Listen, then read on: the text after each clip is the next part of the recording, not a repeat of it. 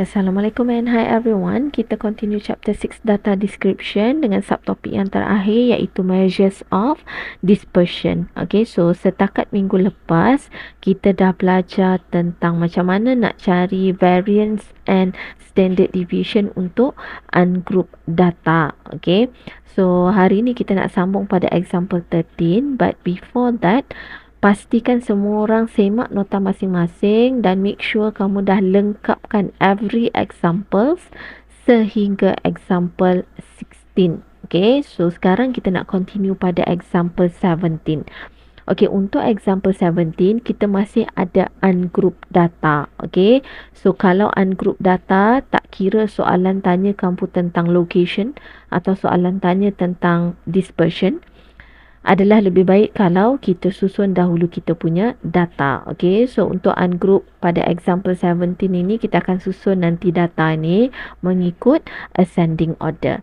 Okay, baca dahulu soalan A. Okay, soalan A minta kita cari mean and standard deviation untuk blood pressure bagi 10 patient. So maksudnya 10 here adalah kita punya jumlah data which is n equals to 10.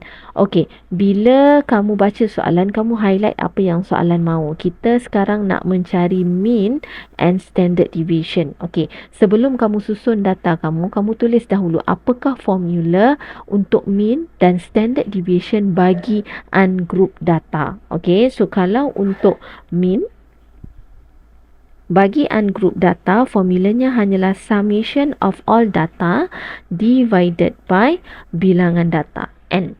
Okay, dan untuk standard deviation, simbolnya S, kita akan square rootkan kita punya variance, which formula variance adalah summation x square minus summation x square divided by n and divided again by n minus 1. Okay, so ini adalah formula standard deviation. Madam terus letak square root dekat sini. Okay, asalnya dia adalah yang di dalam ini formula variance, tapi disebabkan madam nak standard deviation, madam terus letak square root kepada variance kita. Okay, so kita dah ada n adalah equals to 10. Okay, so yang perlu kita cari sekarang adalah kita perlu ada x dan kita juga perlu ada x square. Okay, so kalau kita susun kita punya data, so kita akan ada data x kita dimulakan dengan nilai yang paling kecil iaitu 1 to 4. Okay, 1 to 4. And then kita ada 1, 3, 5. 1, 4, 6. 1, 4, 9. 1, 5, 1. 1, 5, 5. 1, 5, 8. 1, 6, 2. 165 and last one 173. Okay, so kita dah ada kita punya x. So kalau kita tengok pada kedua-dua formula ini, kita perlukan summation x dan formula standard deviation juga kita perlukan summation x. Okay, so kamu boleh total up yang ini. Jumlah ataupun total data kita adalah 1518.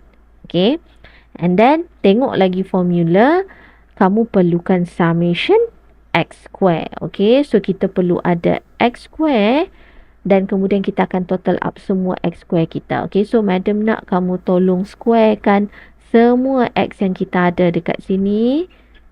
Pause the video,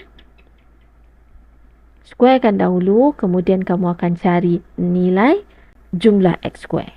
Okay, so after kamu dah fill in bahagian sini, kamu akan sepatutnya jumpa nilai summation x square dia adalah 232306. Okay, so cara untuk kamu buat atau layoutkan x dan x square ini terpulang. Ada orang dia akan buat x di sini, kemudian x square di sini, summation di sebelah kanan.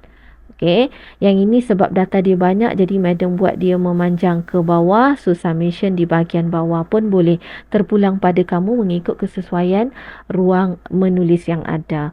Okay, so kita dah ada summation untuk X dan kita juga ada summation untuk X square, then only kita boleh cari kita punya mean dan standard deviation. Okay, so kalau untuk mean, kita akan ada summation X, okay, which means kita akan tambah 1 to 4 plus dot dot dot plus sehingga 173. Okay, kalau ingat mean, madam suruh kamu tulis plus dot dot dot ni. Bermula dari data pertama sehingga data terakhir. Kemudian divided by jumlah data kita 10. So, sepatutnya kita ada 1518 divided by 10. Okay, so this give you mean sebanyak 151.8. Okay, now kita nak kira kita punya standard deviation. Okay, so simbol bagi standard deviation adalah S. So, kalau mengikut formula, kita akan ada square root summation X square minus with summation X dikuasakan 2 divided by N and divided overall by N minus 1. So, kita tinggal plug in sahaja value. So, kita akan ada square root summation X square is 232306 minus summation X 1518 square divided by 10 and then divide everything by 10 minus 1. So, kamu boleh terus press calculator. So, ini akan bagi kita jawapan sebagai 14.428. Okay, so kita ada dua jawapan. The first one adalah mean, seperti diminta oleh soalan. Yang kedua adalah standard deviation. Okay, so soalan A sepatutnya boleh skor dan dapat full mark. Okay, next kita nak pergi kepada soalan B. Okay, soalan B kena alert. Ini perkara baru untuk kamu. Okay, soalan minta kita cari number of patients ataupun blood pressure yang exceed 1 standard deviation above or below the mean. Okay, so tolong highlight perkataan 1 standard deviation above or below the mean. Okay, ada soalan hanya mention above the mean. Ada soalan hanya mention below the mean. Tapi untuk soalan ni dia mention above or below the mean. Okay, so kalau kamu jumpa soalan yang pattern macam ni, 1 standard deviation or 2 standard deviation above or below the mean, kita akan gunakan bell shape untuk bantu kita jawab soalan ini. Okay, so sebelum madam buat bell shape, pertama sekali tadi kita dah cari mean. Okay, so ini X bar kita 151.8. Dan kita ada standard deviation yang nilainya 14.428. Okay, so now madam nak lukis kita punya bell shape. So bell shape ini bukan melambangkan data kita, tapi madam guna bell shape ni untuk bantu kita jawab soalan B sahaja. Okay, so every time kamu lukis bell shape, kamu kena tahu bahawa di bahagian tengah-tengah bell shape kamu, dia adalah nilai X bar ataupun kita punya mean 151.8. Okey, bila soalan sebut tentang 1 standard deviation ataupun 2 standard deviation, mengikut arahan soalan, tapi kamu kena tahu bahawa 1 standard deviation merujuk kepada di sini. Tadi kamu dah cari S. S refer for standard deviation. So, S ini membawa maksud 1S. So, dia adalah 1 standard deviation. Okay. So, 1 standard deviation nilainya adalah 14.428. Okay. So, untuk menjawab soalan kita, kita nak apakah nilai blood pressure yang 1 standard deviation above ataupun 1 standard deviation below the mean. Okay, mean kita di bahagian tengah. Okay, and then kamu akan buat satu senggat ke bahagian kanan mean dan juga satu lagi senggat ke bahagian kiri mean. Okay, so senggat ini jaraknya adalah daripada mean ke bahagian kanan ini dahulu, jaraknya adalah 1 standard deviation. Okay, sama juga untuk sebelah kiri, daripada mean ke kiri, jaraknya adalah 1 standard deviation. Okay, so kita tahu nilai bagi 1 standard deviation adalah 14.428. Okay, so kerja kamu sekarang ni adalah kamu nak cari apakah nilai blood pressure yang satu standard deviation ke kanan dan satu standard deviation ke kiri, above and below the mean. Okay, so kita cari yang above the mean dahulu. Okay, since kita tahu jarak, okay, satu standard deviation atau nilai satu standard deviation adalah 14.428. Sama juga untuk sebelah kiri, satu standard deviation nilainya adalah 14.428. So, macam mana kita nak cari nilai pada senggat yang ini dan juga senggat yang ini? Okay, so kita hanya kira jarak sebenarnya. Okay, kita cari dahulu nilai untuk senggat yang bahagian kanan ini. Okay, so above the mean. Mean kita 151.8. Kita perlu tambah satu standard deviation. Okay, ke kanan. Maksudnya kita ada 151.8. Kita akan tambah nilai satu standard deviation. So, dia jadi 14.428. Okay, so senggat yang bahagian kanan nilainya adalah 166.228. Okay, Madam ulang lagi sekali. Kita dapat senggat di kanan ni dengan cara mean ditambah dengan nilai satu standard deviation. So, same goes untuk sebelah kiri. Kita nak cari senggat di bahagian sini. This time below the mean. So, apa perlu kita buat? Kita ada 151.8. Kita punya mean. Jarak satu standard deviation adalah 14.428. So, kita akan tolak 14.428 untuk dapat senggat di bahagian kiri. Okay. So, kalau kamu tekan kalkulator akan bagi nilai 137.372. Okay, so Madam nak buat dotted line. Kamu tak lukis pada bahagian nota kamu pun tak apa. Okay, pada dua senggat above and below mean yang kita dah cari nilai tadi. Okay, sekarang kita tengok kembali kepada arahan soalan. Soalan suruh kita cari apakah data daripada 10 data yang kita ada, mana satu blood pressure yang telah melebihi satu standard deviation sama ada di kanan atau di kiri mean kamu. Manakah data yang telah melebihi satu standard deviation? Maksudnya from mean kita tengah-tengah, kita bergerak ke kanan satu standard deviation.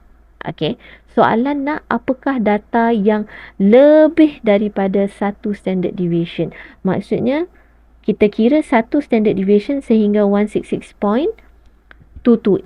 Maksudnya soalan nak apakah data blood pressure yang lebih daripada 166.228. Exceed one standard deviation.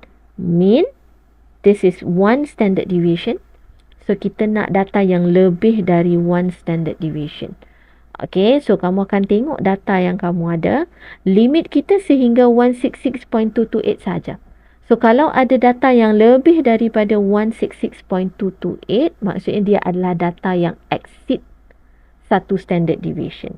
Okay, so kalau kamu tengok kita punya limit adalah 166. So, kamu cari saja pada bahagian data kamu, manakah data yang lebih daripada 166.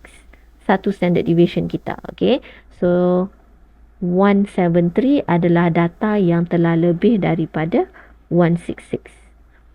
Okay, same goes untuk sebelah kiri. Okay, kamu nak cari data yang lebih daripada satu standard deviation from the mean. Okay, di bahagian kiri pula. Okay, so kalau mean kita dekat sini, jarak satu standard deviation adalah sehingga 137 saja. So, mana-mana data yang melebihi one standard deviation below the mean, which means bahagian sini, dia dah dikira melebihi satu standard deviation. Okay, so limit kita sehingga 137 saja.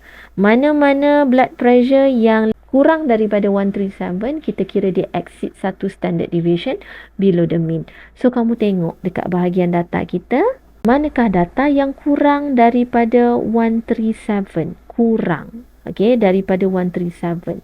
So, kita stop kat sini. Kita dah jumpa 135. Dia adalah less than 137. 124 also less than 137. Okay, ingat kita punya limit sampai 137. Any data below than 137 kena ambil. Okay, untuk menjawab soalan B. So, kita ada dua data dekat sini yang less than 137, which is 135 and also 124. So, ini jawapan bagi soalan B. Okay, so kalau kamu nak plot, kamu boleh je nak plot. Okay, untuk data 173, dia berada di one standard deviation above your mean. And untuk bahagian kiri, kita ada dua data, 135 dan juga 124. Okay, kedua-dua data ni dia exceed one standard deviation below the mean. Okay, so kamu baca sahaja arahan soalan. Soalan nak above the mean or below the mean. Above mean bahagian kanan, below mean bahagian kiri. Okay, next kita pergi kepada example 18. Okay, untuk example 18, fokus madam adalah nak ajar macam mana nak cari variance and standard deviation untuk group data. Sebelum ni kamu tengok example 16 dan 17, dia adalah tentang ungroup data, formula lebih simple. Okay, so now kita nak belajar untuk group data. So, bila dapat soalan group data, ada interval, pastikan kamu recognize dahulu kamu punya group data ini interval dia ada gap atau tak ada gap. Okay, itu penting supaya kamu tahu apakah upper and lower boundary bagi setiap interval. Okay, so untuk soalan kita ni, kita tengok interval yang pertama 0 to 20 and then dia terus continue 20 to 40. So 20 start again with 20, maksudnya dia tak ada gap. So kamu kena faham macam mana nak baca upper boundary and lower boundary kalau tak ada gap. Alright, so dekat example 18 ni kita ada 3 arahan soalan, cari mean, variance and standard deviation. Selepas ni, Madam lebih suka kalau kamu baca arahan soalan, kamu tulis apakah formula yang kamu perlu guna. Okey, sebagai contoh, ini adalah group data. So, formula mean untuk group data, dia adalah mean equals to summation fx divided by summation f. Okay, kenapa perlu kamu tulis formula dahulu? Supaya kamu tahu apakah yang diperlukan pada formula tu untuk kamu tambah row atau kolom pada table kamu. Contoh macam formula mean. Okay, yang kita perlukan adalah summation f. So, kita kena ada f. F means frequency. Okay, so kolom untuk frequency dah ada. Now, kamu perlukan x. Okay, so x adalah midpoint bagi setiap interval. So, obviously kamu kena adjust atau tambah kolom untuk midpoint x. Okay, so dah boleh agak dekat situ kita akan ada kolom x. And then, Madam nak pergi kepada formula variance untuk group data. Okay, so formula variance untuk group data, simbol variance adalah S square. Okay, so formula dia lebih kurang macam ungroup, tapi kita ada tambahan kepada F, frequency. Okay, so formulanya adalah summation Fx square minus summation Fx square outside bracket and then divided by n and divided everything by n minus 1. Okay, so kalau kamu tengok pada formula ni, dia lebih kurang macam variance untuk ungroup data. Cuma di bahagian sini kita ada summation fx square and then dekat bahagian sini kita ada summation fx yang kena square. Over n minus 1 adalah benda yang sama. Okay, so ini formula variance untuk group data. So, daripada formula ni, kita nampak kita boleh tahu apa yang perlu kita tambah atau add pada kita punya table. Okay, so tadi Madam kata kita perlu ada kolom untuk x. Okay, sebab ada formula ataupun summation untuk fx. And then kalau kamu perhati dekat sini, kita perlu ada x square and also summation fx square. Okay, so daripada formula sebenarnya kamu perlu tahu apa yang kamu nak tambah pada table kamu. Okay, so first kita nak tambah kolom untuk x dahulu. Okay, so X adalah midpoint. So, Madam dah ajar macam mana nak cari midpoint. Untuk midpoint X, kita akan ada upper boundary tambah lower boundary bahagi 2. Okay, so untuk kelas yang ini, kita ada upper boundary 20 plus lower boundary 0 divided by 2. So, kamu dapat kamu punya X atau midpoint adalah 10. Okay, so kita akan fill in 10. And then kita akan ada 30 right here. Okay, and then proceed untuk kelas yang seterusnya. Rasanya kamu dah boleh tahu macam Madam kata, kamu just tengok jarak. Okay, 10 to 30 jaraknya adalah 20. So, setiap kelas kita akan tambah 20. Okay, so kita dah dapat kolom untuk X. So, now kita perlukan summation Fx. F perlu didarab dengan X. Okay, so this is our F. Kolom untuk frekuensi. Kita nak Fx supaya kita boleh sumkan Fx. So, kolom yang seterusnya yang kita kena buat adalah Fx. So, kamu kena darab lah setiap F dengan midpoint. Okay, so kalau kamu darab dekat sini, kita akan ada 90, 870, 2100, 1820, 1260. Okay, so yang ini kita dah settle sebenarnya untuk formula min. Okay, next, Madam nak ajak adjust lagi kita punya table. Kita nak pergi kepada formula variance. Okay, untuk formula variance, summation Fx ataupun Fx kita dah ada. Okay, so yang ini done. N pun kita dah ada. N sebenarnya adalah total frequency which kamu boleh cari dekat bahagian sini. Total up semua frekuensi. Cuma ada satu lagi pada formula variance which kita kena ada X square dan kita kena ada F yang didarab dengan X square. So, next adalah apa yang kamu kena ada adalah kolom untuk X square. So, hati-hati mata kamu hanya fokus kepada X dan kamu perlu squarekan dia, isi di ruangan X square. Okay, so Madam akan fill in. The first one adalah 100. And then kita ada 900. And then dekat sini adalah 2500. And then 4900. And last one 8100. Okay, so kita dah ada X square. Now kita nak F didarab dengan X square.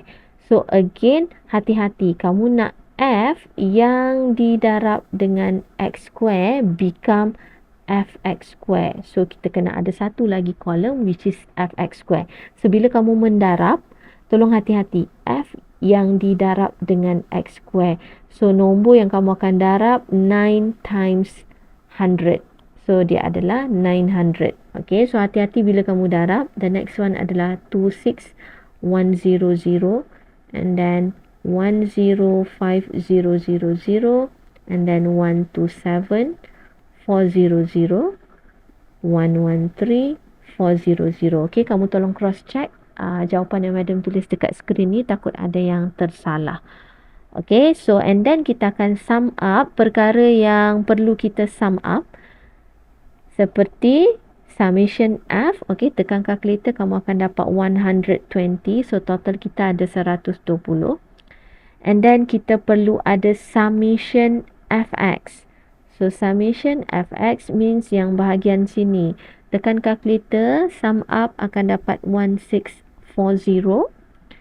And then, ada lagi summation yang kita perlu iaitu summation F yang didarab dengan X square. So, kita nak summation bahagian sini which nilainya adalah 372,800. Okay, so bila kamu dah ada semua ni, kamu tinggal lagi ganti sahaja pada kamu punya formula. Okay, so untuk min, kita akan ada summation Fx which is this one. 6140 akan divided by summation F adalah 120. Same goes untuk variance. So, kalau variance, kita perlukan summation Fx square, which is this one. Okay, so kita akan ada 372,800 minus summation fx perlu square. So summation fx is this one, 6140 and then squared divided by total data ataupun total frequency is 120 and then divided everything by 120 minus 1. Okay, so boleh press calculator untuk dapatkan jawapan variance terlebih dahulu. Okay, and then nanti kalau untuk standard deviation, kita tahu kita hanya perlu tinggal square root kan kita punya variance. Okay, so madam tinggalkan kamu dengan soalan ni untuk kamu cuba jawab, lengkapkan mean, variance dan dia punya standard deviation. Okay, as homework, madam nak kamu semua siapkan bermula daripada example 18 sehingga example terakhir dalam nota ni, example 23 if I'm not mistaken. Habiskan siap-siap semua soalan yang melibatkan mean, mode, quartiles, percentiles, variance and standard deviation. Okay, semua soalan yang kamu dah belajar, tolong habiskan atau buat siap-siap dan hanya tinggalkan soalan yang madam belum ajar sahaja, which kita akan continue dalam kelas tutorial.